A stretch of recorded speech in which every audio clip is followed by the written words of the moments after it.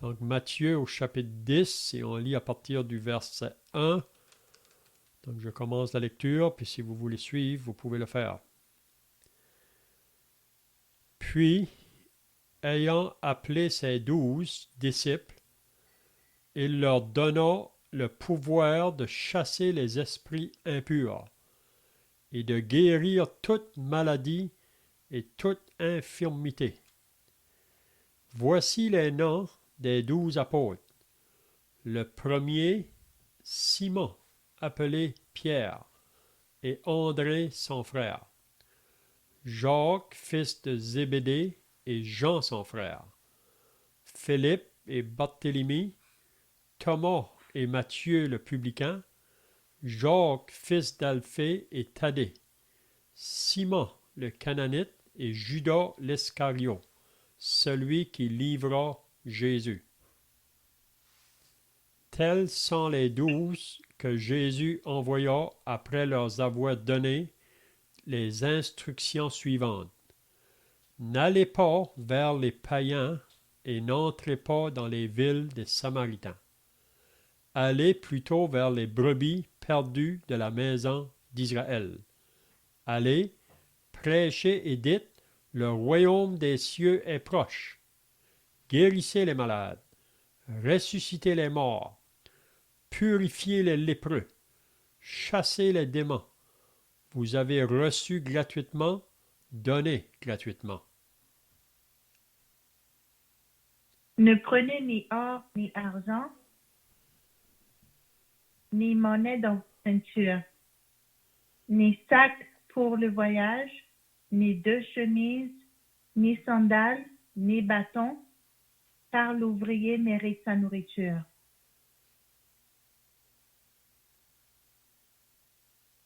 Dans quelque ville ou village que vous entriez, informez-vous s'il s'y trouve quelques hommes dignes de vous recevoir, et demeurez chez lui jusqu'à ce que vous partiez. En entrant dans la maison, saluez-la, et si la maison en est digne, que votre paix vienne sur elle. Mais si elle n'en est pas digne, que votre paix retourne à vous. Lorsqu'on ne vous accueillera pas et qu'on n'écoutera pas vos paroles, sortez de cette maison ou de cette ville et secouez la poussière de vos pieds.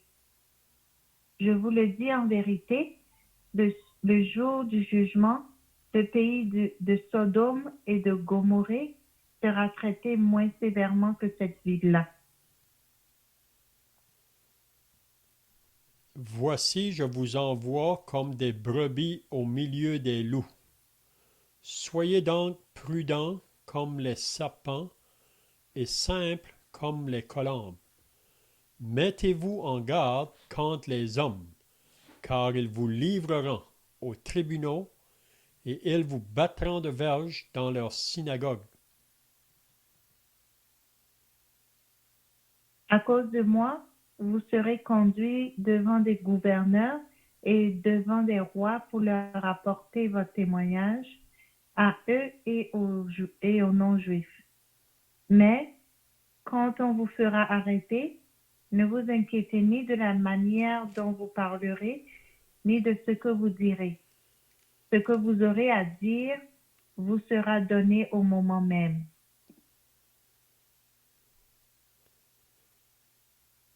Car ce n'est pas vous qui parlerez, c'est l'Esprit de votre Père qui parlera en vous.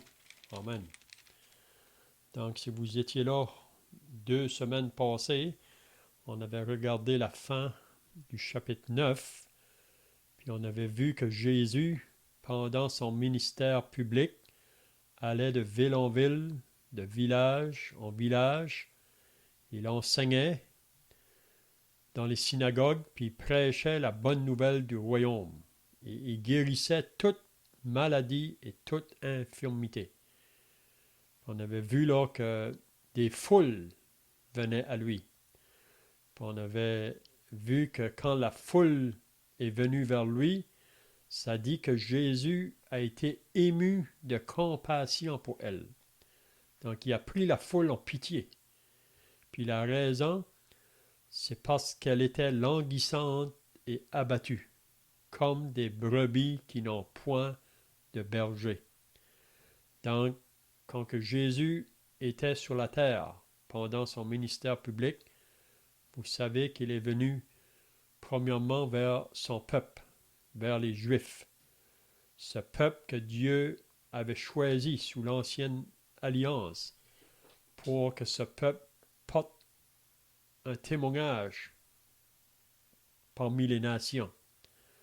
Mais on sait que ce peuple se sent détourné du chemin de Dieu. Ils ont pris toutes sortes de chemins. Parce que quand on s'éloigne du vrai Dieu, on s'en va vers toutes sortes d'autres chemins et c'est associé souvent à d'autres dieux. Puis les peuples d'Israël avaient leur culte, ils avaient leur cérémonie, ils offraient des sacrifices, mais c'était un peuple qui était très loin de Dieu. Dans leur cœur, ils étaient très loin de Dieu. Puis on avait vu la dernière fois là, que ceux qui étaient censés de prendre soin du peuple, les pasteurs ou les- ils s'étaient éloignés de Dieu, même les sacrificateurs. Donc, ils n'étaient pas là pour nourrir le peuple, mais ils étaient là pour leurs intérêts à eux. Donc, ils le retiraient du peuple pour eux, pour leur propre motif, pour leur propre intérêt, puis les brebis étaient laissées de côté. Oui. Donc, quand Jésus vient vers cette nation-là, là, vers son peuple, il y avait les chefs religieux dans ce temps-là, les pharisiens, les scribes, puis eux, quand ils voyaient les foules se tourner vers Jésus, ils étaient jaloux de Jésus. Donc, ils ont commencé à avoir de la haine envers Jésus. Ces hommes-là étaient très religieux extérieurement, mais ils étaient très loin de Dieu dans leur cœur. Donc, on peut voir que les religions de ce monde peuvent jamais changer le cœur de l'homme. Il peut peut-être changer la vue extérieure pour paraître bien peut-être à la vue des hommes, mais dans leur cœur, l'homme reste loin de Dieu. Donc, c'est pour ça que Jésus a dit à Nicodème, ce chef religieux, ce pharisien qui était venu le voir pendant la nuit, Jésus lui a dit, en vérité, je te le dis, si un homme ne naît de nouveau, il ne peut pas entrer dans le royaume de Dieu, ou qu'il ne peut pas voir le royaume de Dieu. Donc, à moins d'être né de nouveau, l'homme meurt, l'homme marche dans son propre chemin. Il marche dans le royaume des ténèbres. Il marche sur le chemin large qui va vers la perdition. Donc, si un homme n'est pas né de nouveau, donc Jésus dit, il ne peut pas entrer dans le royaume de Dieu. Donc, qu'est-ce qu'on avait vu? Donc, Jésus voit cette foule-là, mais ils sont là comme sans berger. Personne pour les nourrir dans leurs besoins spirituels. Puis on peut dire qu'on vit un peu dans le même monde aujourd'hui. On vit dans un monde aujourd'hui où il y a beaucoup de religions autour de nous, beaucoup de sectes religieuses, mais souvent, la religion ou les sectes religieux, ils cherchent toujours pour attirer sur eux, attirer les intérêts sur eux et non pas sur le peuple. Donc, le monde aujourd'hui vit dans leur péché, souvent fatigué, chargé, mais Jésus est vraiment la réponse pour toute personne. On avait vu aussi que Jésus pouvait dire que la moisson est grande, mais il y a peu d'ouvriers. Il n'y a pas beaucoup d'ouvriers qui sont prêts à travailler dans l'œuvre de Dieu pour aller vers les âmes perdues, pour annoncer le message de l'Évangile. Donc Jésus disait de prier le maître de la moisson, d'envoyer des ouvriers dans sa moisson. Donc c'est une exhortation pour nous aujourd'hui, pour nous qui sommes chrétiens. Ça devrait être notre exercice de prier le Seigneur pour qu'il envoie des ouvriers dans le champ pour faire connaître le message de l'Évangile, afin que les hommes puissent se repentir et placer leur foi dans le Seigneur Jésus pour avoir la vie éternelle. Donc c'est bien de prier le Seigneur. Donc on avait regardé aussi le début du chapitre 10, 2 semaines passées, quand Jésus va appeler ses 12 disciples, parce qu'on dit qu'il y a probablement une année qui se sont passées là, depuis le début du ministère du Seigneur. Donc il avait appelé ses disciples au début de son ministère. Donc ils ont marché avec lui, ils l'ont entendu dans ses enseignements, ils ont vu ses miracles, ils pouvaient voir ses actions. Donc, en Jésus, on ne pouvait pas trouver aucun mal. Il était Dieu manifesté en chair. Il était l'homme parfait, le seul homme parfait qui a marché dans ce monde. Mais après une année que ses disciples le suivent dans les villes et dans les villages, donc on pourrait dire qu'il les a comme préparés pour cette œuvre ici-là, qui va les envoyer dans le travail missionnaire. Donc c'est la première fois qu'on voit dans l'Évangile quand Jésus envoie ses 12 pour faire un travail missionnaire, pour aller, et comme des ouvriers, aller dans la moisson pour apporter le message du royaume des cieux, afin que des personnes viennent à Jésus pour le recevoir, pour croire en lui. Puis aussi, quand que Jésus va venir pour établir son royaume sur la terre, donc tous ceux qui auront cru en lui vont faire partie de ce royaume-là. Donc Jésus appelle ses 12, donc c'est ça qu'on voit au début du chapitre 10, puis après ça, il va les envoyer. Mais avant de les envoyer, on voit au verset 5, qu'il va leur donner des instructions. Il va les enseigner comment qu'ils doivent faire les choses. Puis ça, c'est très important si le Seigneur nous appelle pour un service, parce que je crois que tout chrétien, tout croyant est appelé à faire un service pour le Seigneur.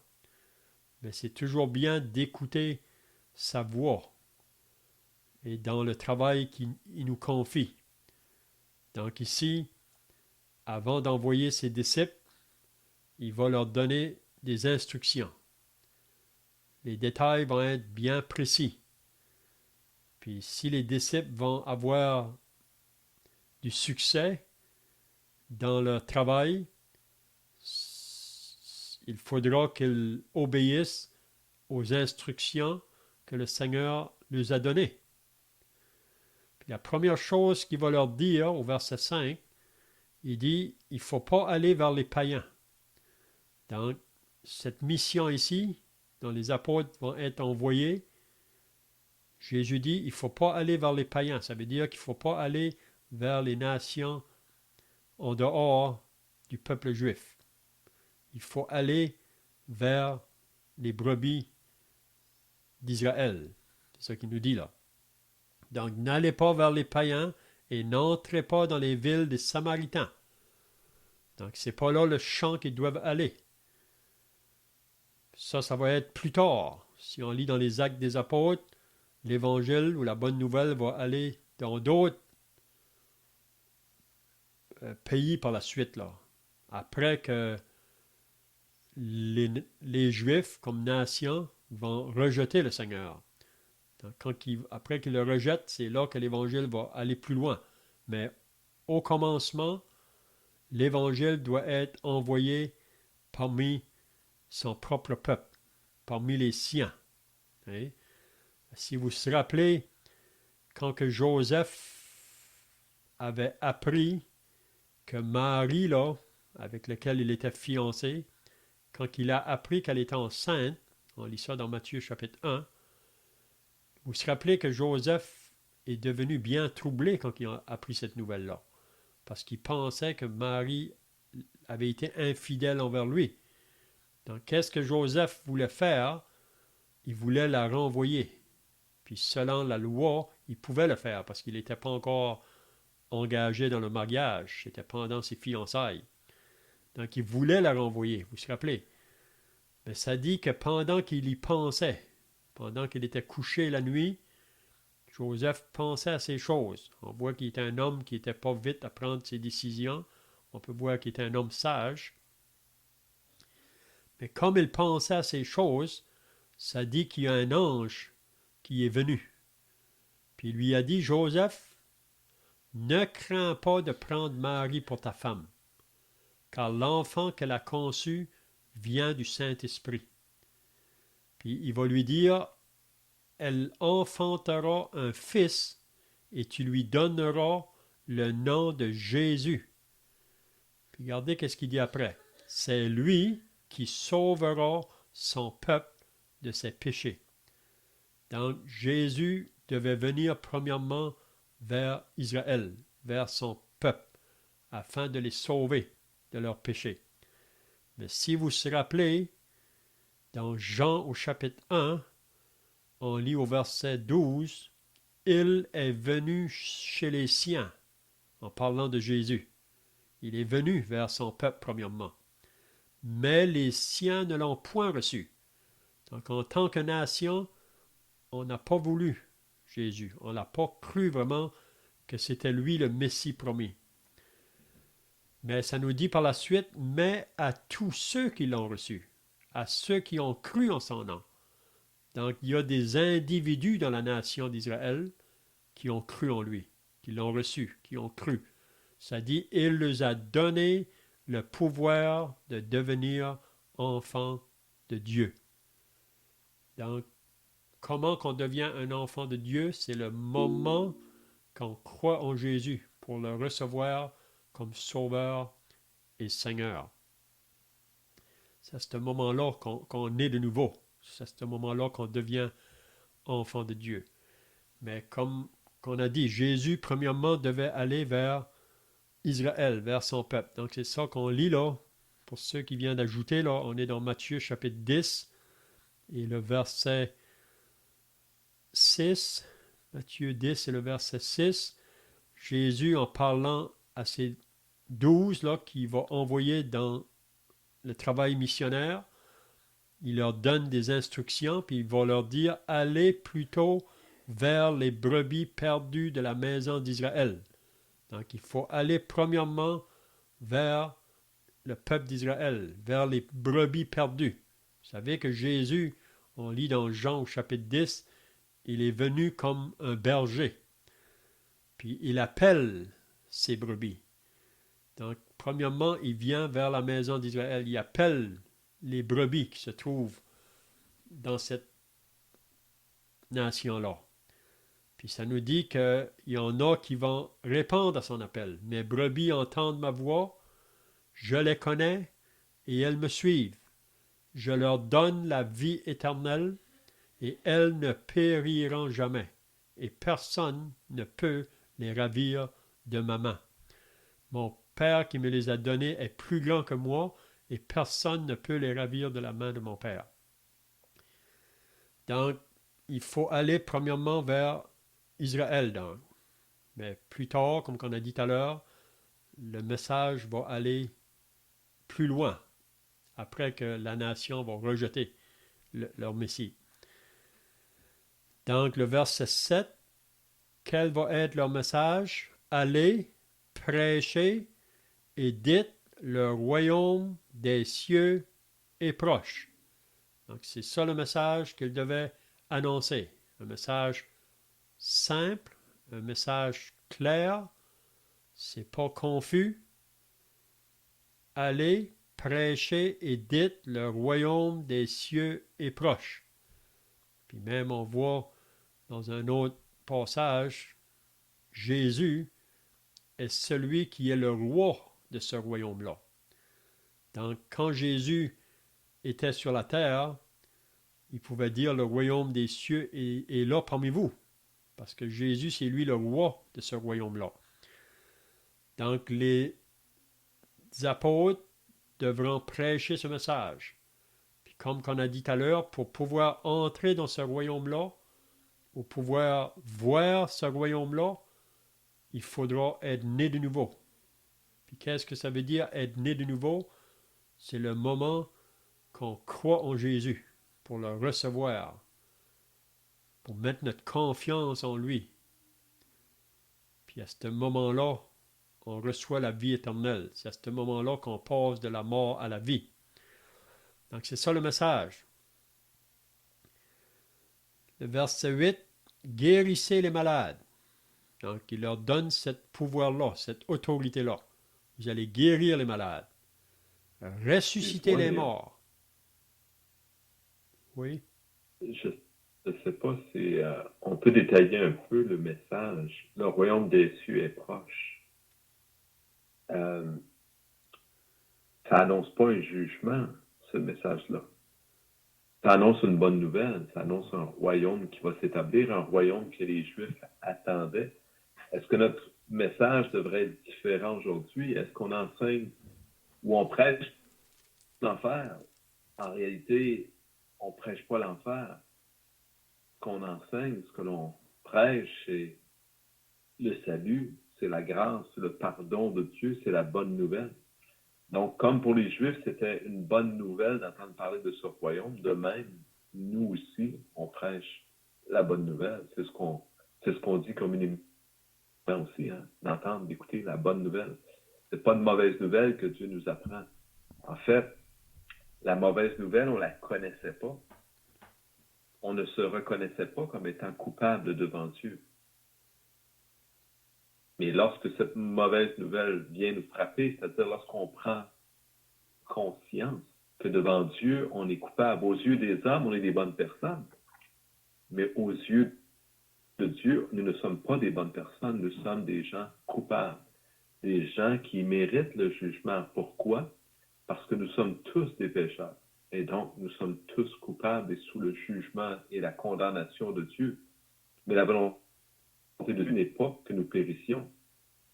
Et de même, Jésus envoie prêcher pour le royaume parce que tous n'entreront pas dans le royaume. Donc, les deux nouvelles viennent en même temps, d'une certaine façon. Mais ce qu'on prêche, c'est la bonne nouvelle. Donc, le royaume des cieux est proche. Ça veut dire entrer dans le royaume.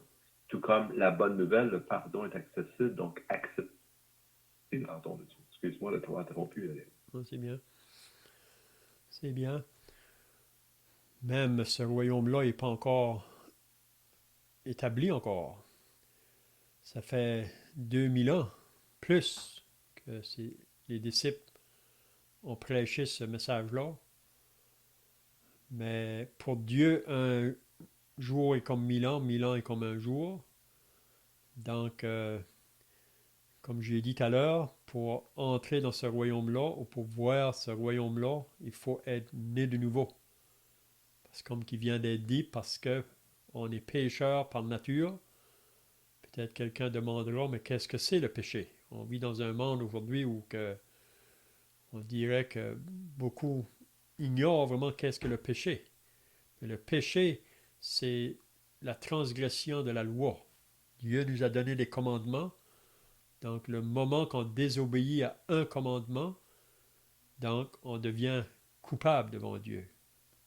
Puis c'est ça qui prouve vraiment qu'on est pécheur parce que la loi est bonne, la loi est parfaite, mais la loi vraiment, qu'est-ce qu'elle nous apporte? C'est premièrement, elle révèle notre condition de pécheur devant Dieu. Parce que quand on lit la loi, on réalise on l'a transgressée. Et la loi nous dit, tu ne mentiras pas. Qui de nous n'a pas menti?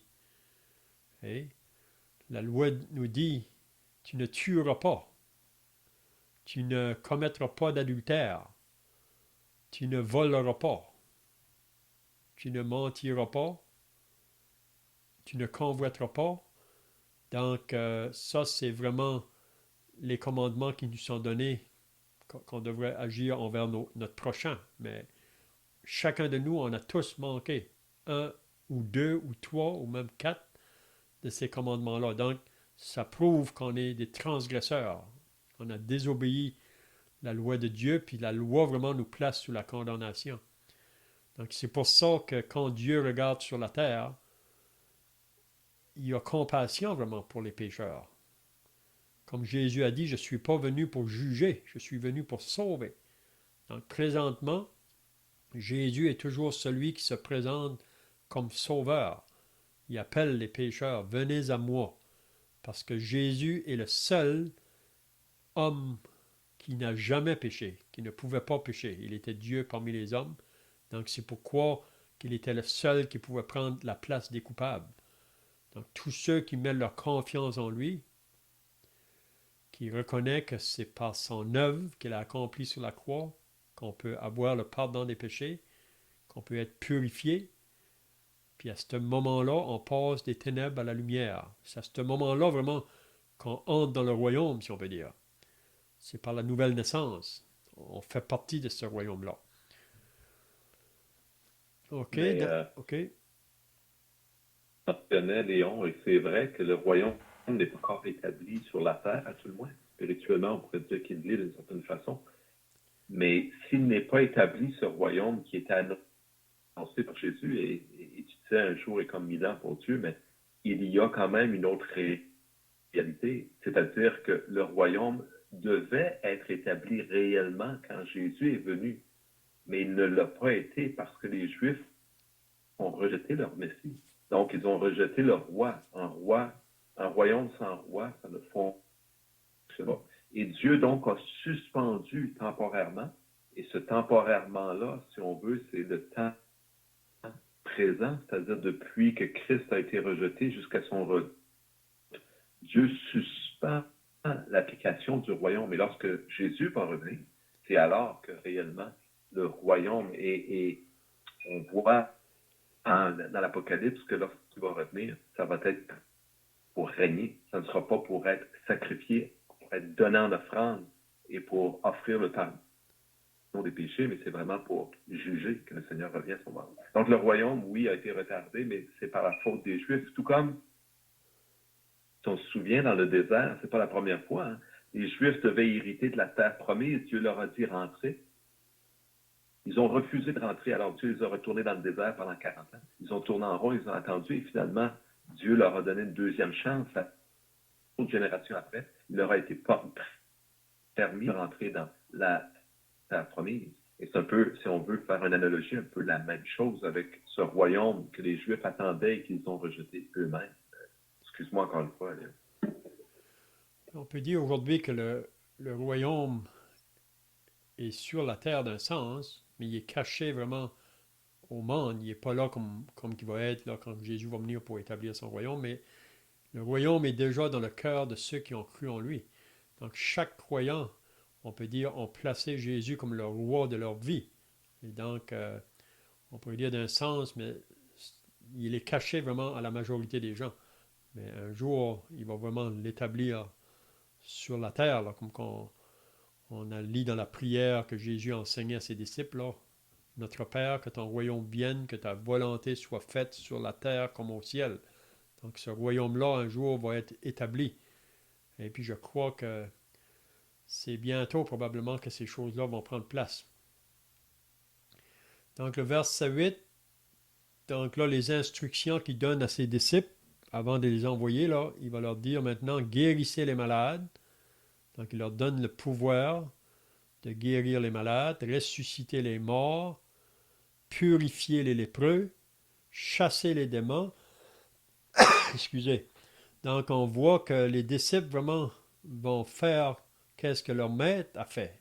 Ils l'ont vu faire ces choses-là. Depuis une année, ils le voient faire les miracles, qui guérit les malades, qui ressuscite les morts, qui fait voir les aveugles, qui guérit le lépreux.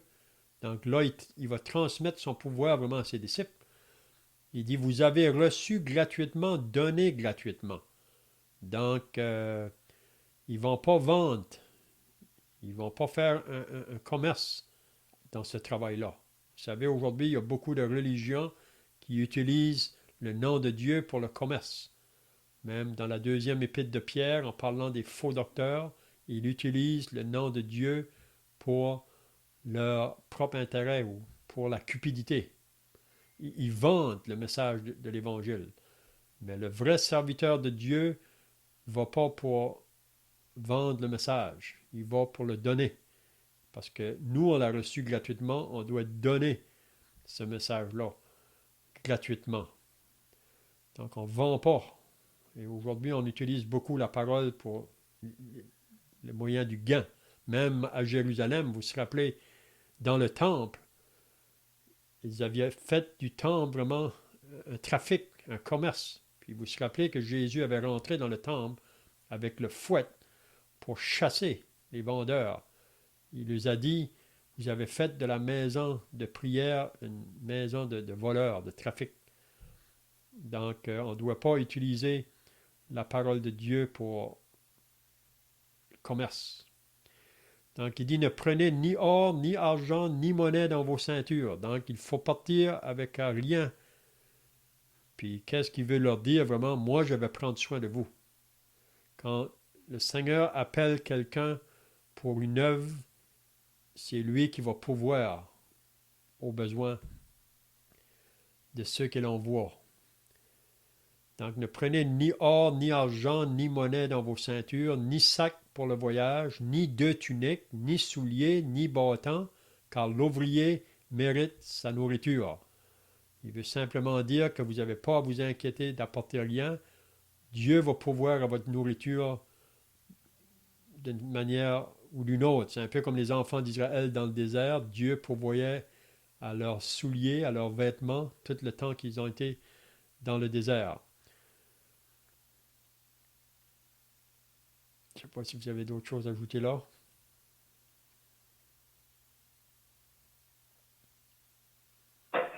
On peut s'imaginer en effet qu'avec ce genre d'action, la guérison des malades, la résurrection des morts, la purification des lépreux, c'est des démons, ils auraient pu s'attirer beaucoup de sympathie et la sympathie monétaire aussi, si on peut dire. Effectivement, le Seigneur les met en garde de la convoitise. C'est un des péchés que tu mentionnais tout à l'heure, de convoiter.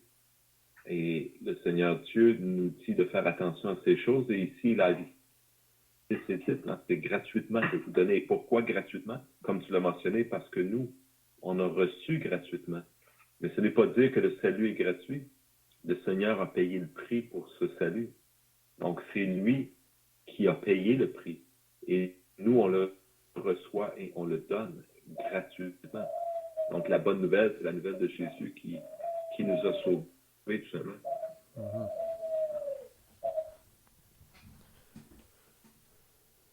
Puis aussi, ici, c'est bien de comprendre que c'est vraiment une mission là, que le Seigneur a confiée à ses 12 au début.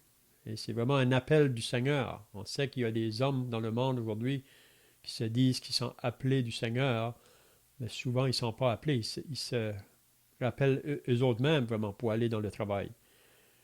Mais c'est pour ça qu'ils ont besoin de demander l'argent ici, l'argent là pour pouvoir à leur avancement. Mais quand on est appelé du Seigneur, le Seigneur pourvoit et pour le besoin de ses ouvriers. Puis on va voir par la suite comment ce qu'il le fait là. Il dit au verset 11, « Dans quelques villes ou villages que vous entriez. » Donc, ils vont entrer dans les villes, ils vont entrer dans les villages, puis c'est pas différent aujourd'hui. Je peux vous dire par expérience, depuis que le Seigneur m'a sauvé, on a rentré dans plusieurs villes, dans plusieurs villages, pour faire connaître le message de l'Évangile. Mais il dit, dans quelques villes ou villages que vous entriez, informez-vous. Donc, quand on arrive dans une ville, on sait qu'on vient pour annoncer le message, la bonne nouvelle. Mais quand on arrive dans une ville pour la première fois, on ne sait pas vraiment où on va commencer. Mais c'est toujours bien d'être exercé, de prier le Seigneur qui nous guide par son Saint-Esprit pour savoir où on doit commencer. Mais parfois, on rentre dans une ville, puis on commence dans un coin, puis on commence à visiter les maisons, ici et là. Hein? Donc, c'est ça qu'il nous dit ici. Dans quelques villes ou villages que vous entriez, informez-vous s'il se trouve quelques hommes dignes de vous recevoir. Donc, il devait s'informer. C'est un peu la même chose aujourd'hui quand on rentre parfois dans des places. On peut demander à des gens, est-ce qu'il y a des personnes, ou même vous-même, est-ce que vous avez un intérêt à la parole de Dieu? Est-ce que vous connaissez quelqu'un qui s'intéresse un peu à la lecture de la Bible? Puis parfois, c'est de là qu'on peut être dirigé pour commencer le travail. On va vers des personnes qui sont déjà préparées pour nous recevoir. Donc, dans quelque ville ou village que vous entriez, informez-vous s'il s'y trouve quelques hommes dignes de vous recevoir. Puis il dit que si il y a une maison qui est prête à vous recevoir, demeurez chez lui jusqu'à ce que vous partiez. Parce que vous savez, quand on rentrait dans une ville, le travail ne se faisait pas dans un jour, là. Il pouvait être là peut-être pour plusieurs jours, même semaines, pour parcourir toute la ville. Mais la première chose, il devait trouver un endroit parce que c'est pas comme aujourd'hui, là. On a des voitures. On peut aller dans une ville peut-être à 2 heures de chez nous, puis le soir, on peut revenir de nouveau. On a les voitures pour revenir. Mais dans ce temps-là, ils marchaient beaucoup. Puis quand ils arrivaient dans une place, ils essayaient de trouver s'il y avait des personnes dans la place qui seraient prêts à les recevoir. Puis si ils étaient invités à une maison, restez là jusqu'à ce que vous partiez. En voulant dire jusqu'à ce que vous avez terminé le travail dans cette ville. Puis il nous dit aussi, en entrant dans la maison, saluez-la. Et si la maison en est digne, que votre paix vienne sur elle. Mais si elle n'en est pas digne, que votre paix retourne à vous. Donc, c'est très simple. C'était pas compliqué, les affaires. Jésus a donné des instructions bien claires. Comment est-ce qu'il devrait faire le travail. Hein? Je ne sais pas si vous avez d'autres pensées là. En effet, il y avait une chose qu'on a oublié de mentionner, c'est le fait, je voulais revenir, le fait que le Seigneur demande de faire ou permettre ces guérisons de ces malades, de ces lépreux, de ces démons, etc. La marque de Dieu, Dieu ne nous donne pas de croire en quelque chose de farfelu. Dieu atteste le témoignage de ses enfants par ces miracles. Et si on veut recommencer, même retourner au commencement avec Moïse, on voit tous les miracles que Dieu a accomplis par Moïse. Et le but était de convaincre aussi son peuple, qui lui-même, les Juifs, ne croyaient en Dieu, en Moïse, lorsque Dieu l'a envoyé au commencement. Avec toutes les plaies que Dieu a envoyées, le peuple a pu voir la distinction que Dieu faisait entre les Hébreux et les Égyptiens dans le temps de Moïse. Mais ici aussi, l'idée est de rendre témoignage. Maintenant, certains pourraient dire pourquoi aujourd'hui vous entrez dans des villages et vous ne guérissez pas les gens et ainsi de suite. Il faut reconnaître que le témoignage a été donné. La parole nous est donnée de façon écrite aujourd'hui. Et dans ce temps-là, les gens n'avaient pas la Bible entre les mains. Elle n'existait pas encore, enfin, le Nouveau Testament. La bonne nouvelle de Jésus n'était pas encore connue. Donc, Dieu a attesté ces choses. Et Dieu a attesté du royaume qui devait venir avec ces miracles aussi. Donc, véritablement, les Juifs, lorsqu'ils ont rejeté Jésus, ils n'avaient pas de raison. Ils avaient reçu toutes les évidences de qui était Jésus. Et si on lisait les évangiles, on verrait que c'est par jalousie que les prêtres, les chefs d'Israël n'ont pas voulu recevoir Jésus. Mais mon point était vraiment de souligner le fait que Dieu a attesté que ces choses étaient de lui, que c'était vraiment de Dieu, cette bonne nouvelle, que ce n'est pas une nouvelle inventée par les hommes ou par quiconque, parce que personne n'a le pouvoir de faire ces choses. Donc, c'est le sceau de Dieu, la marque de Dieu qui confirmait la parole des apôtres.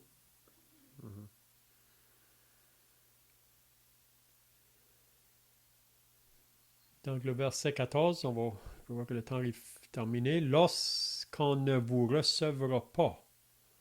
Donc, ça, c'est la possibilité que vous allez dans une ville, c'est soit qu'on vous reçoit ou qu'on ne vous reçoit pas.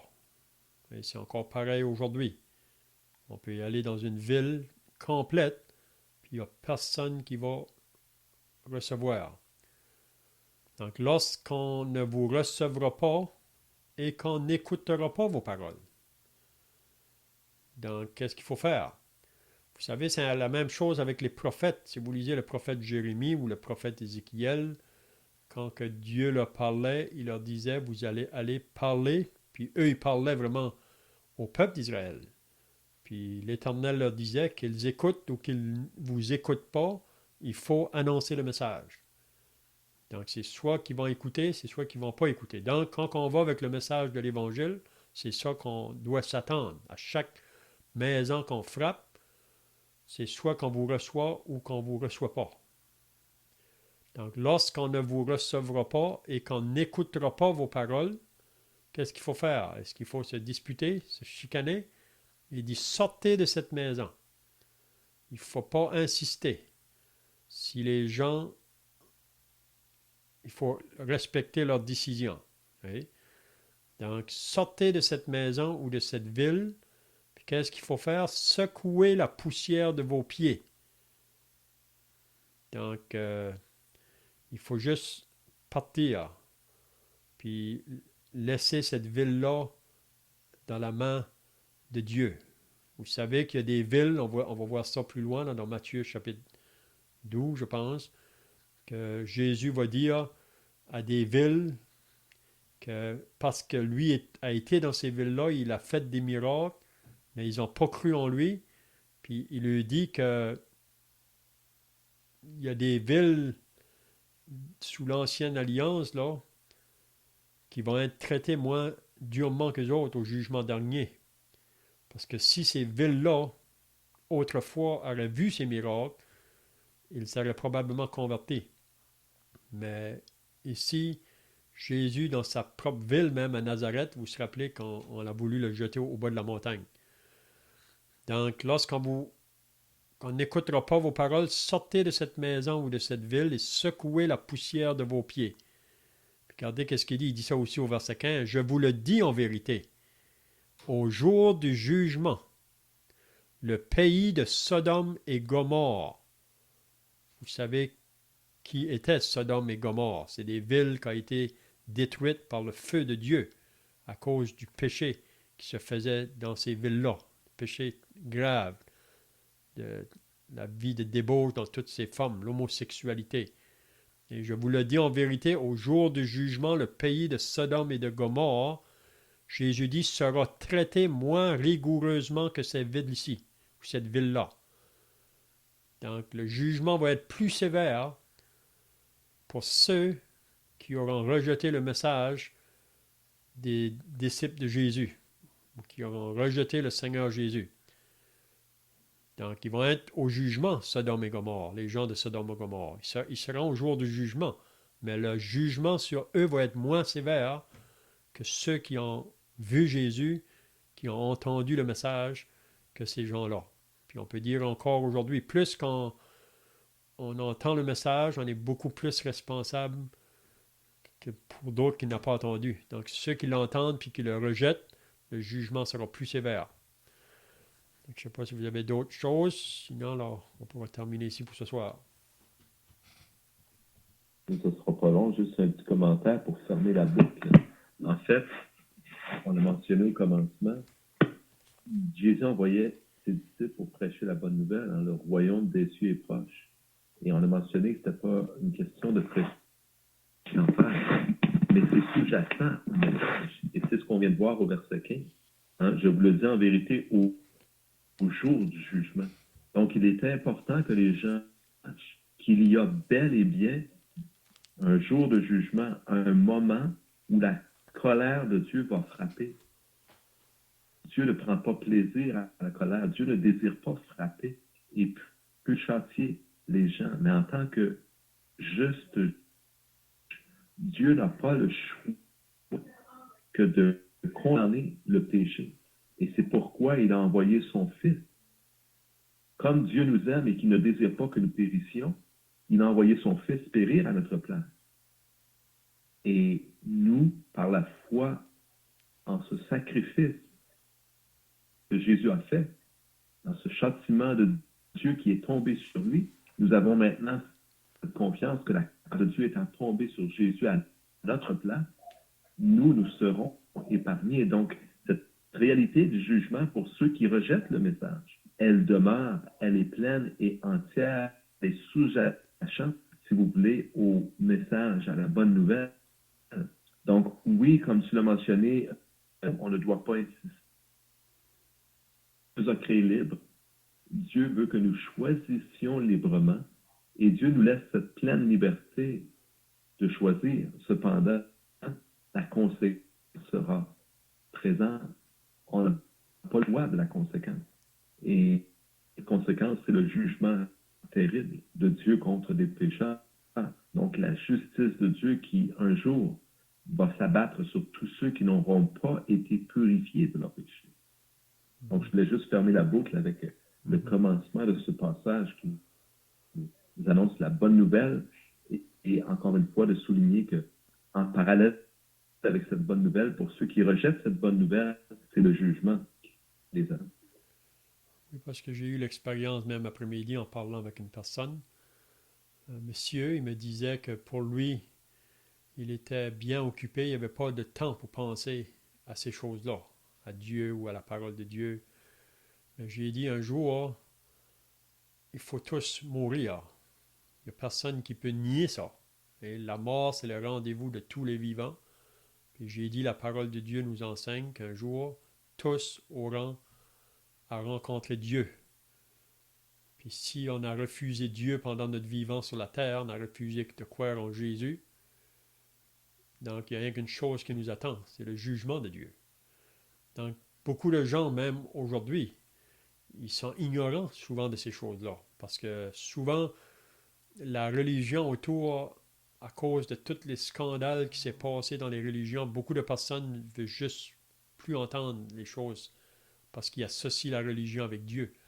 Mais c'est là qu'il faut leur faire comprendre que la religion, c'est pas Dieu.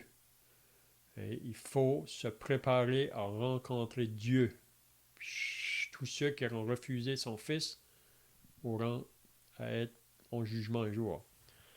C'est bien, on va terminer par la prière, puis ensuite on peut chanter un cantique, si vous voulez. Ô Seigneur notre Dieu, nous voulons te bénir pour la belle, Seigneur, cette nouvelle que tu nous envoies toi-même, du haut du ciel. Et Seigneur, tu prends des messagers fort simples, qui est Dieu, le Créateur, le Tout-Puissant. Seigneur, tu aurais pu envoyer des anges, des signes magnifiques, mais tu as établi ta parole.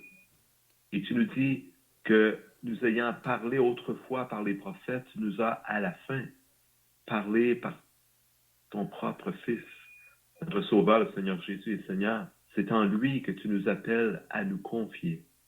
Ta parole, notre Dieu, nous révèle qui est Jésus et pourquoi il est venu. Et nous devons nous réfugier en lui de ce jugement. Père, bénis-toi-tu de ce qu'il n'y a plus pour ceux qui croient aucune crainte du jugement.